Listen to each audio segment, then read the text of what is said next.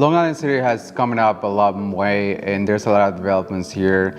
You can see how developers are trying to integrate architecture within the context of what this used to be.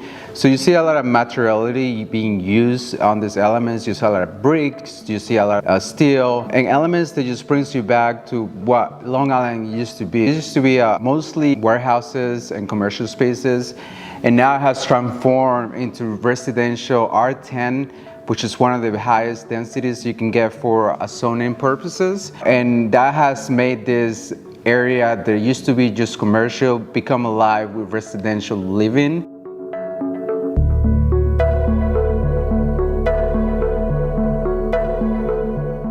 Ladies and gentlemen, welcome to the Gotham Point. Right now we are at the South Tower. It has 34 floors, and the North Tower has 57 floors. Now today I'm going to show you luxury elements, all the amenities from studios, the 3-bedroom apartments. Welcome to the first episode. Let's get into it.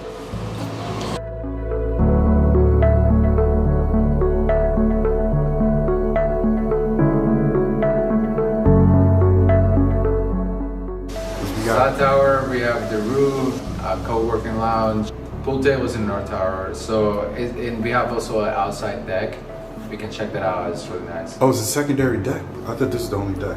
Well, it's like a ground level deck. Yeah, this is open like pretty much from midnight, from 5 o'clock in the morning to midnight. There's yoga here.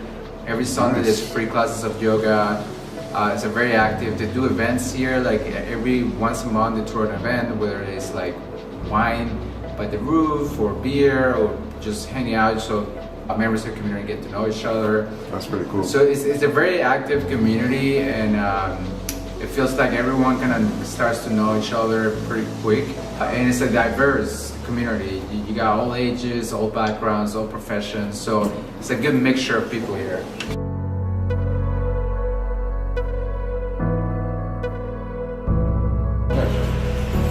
This is amazing. This is incredible. Right here is like you see art everywhere here, and all these are sorted from local artists. So we're right now at the South Tower. This is more of the lounge area. As you can see on the terrace, you have everything from hammocks and connects directly to the water. And then as we go more to this space right here, you're gonna see the co-working space. It's great when you want to get out of your own apartment and just like spread out a little more and change the environment. There's a lot of different options and amenities here for you to like enjoy. As an architect, like I look at things in the space, but also like the ways the space is being arranged and utilized. So you see a lot of furniture. It's more lunchy, some other ones a little more like straight up. So it gives you different like opportunities to enjoy the space. So it's not all set up in one way. It just tries to create like different nooks within the space for you to like enjoy. So definitely. I love like Monday to Friday to get free coffee. So it's like I wake up in the morning, if I don't feel like making coffee, come out here, cappuccino. It has like 30 different variations. It's a nice little touch. So let's go check out the outside. And this building is actually Hunters Point South. Plenty of amenity spaces, plenty of areas to sit. You know, from the rooftop to grills to like lounge areas to playrooms. It's really a great place to be. This is pretty cool, man. As an architect, appreciate time alone, appreciate time to reflect, to rethink, to regroup. New York City is a chaotic city as it is already, and then this place allows me to come back home and regroup and send and get my thoughts together. What I like about exterior, like if you guys gonna see on the aerials, they did a song analysis or soil analysis trajectory, and you're gonna see that the south facade is a little more solid to contradict solar gain, and then the north facade, the solar gain is not so intense. You have more glazings, more open spaces. So the apartments facing south, they feel a little more homey, more enclosed, where the ones facing north or looking towards the east or west, They're actually open up a little bit more, allowing more natural light. And I think the purpose for that was to minimize the solar gain of the building, therefore like minimizing energy consumption of the building. Primarily, I love the view of my apartment. I'm looking south, so I see everything from Greenpoint all the way to Lower East Side. So that's definitely a great input. And anytime you can like personalize your space and make that your own, and maximize the usage of the space is definitely a good thing. And then there are passive ways to stay sustainable too. Like all the corridors have like smart sensors.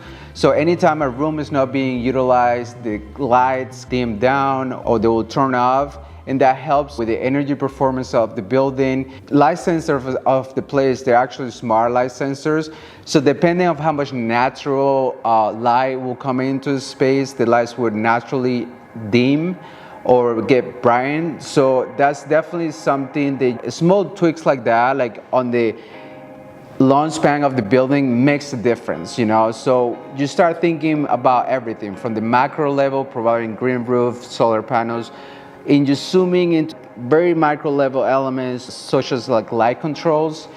And these are things that this is the trend, this is where things are going. It's definitely appreciate incentives like that.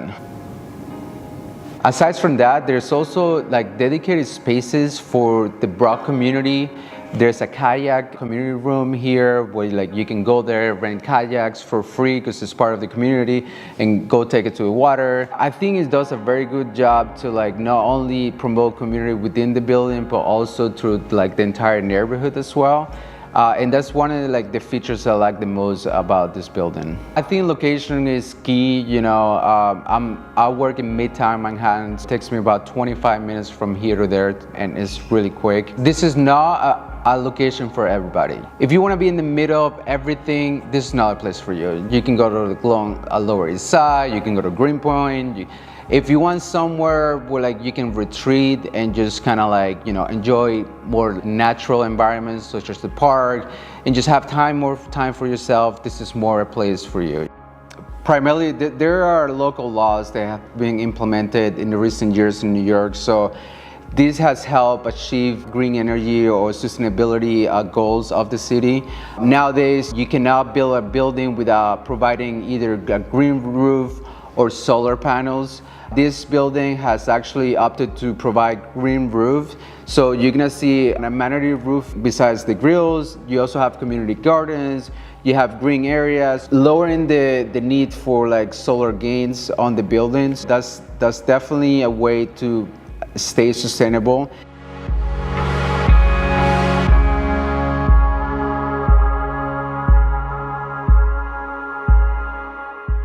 The architect tried to evoke these different moments and feelings.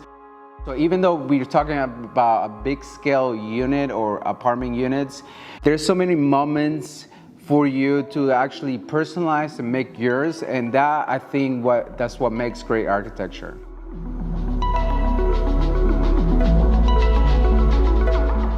I think that's the only way to try to aid some of these housing crises that we're currently facing. Not just here, but everywhere it keeps going vertical. I think due to housing demands of the city is a good place to be, and it's gonna be one of those places that you can call home, I feel.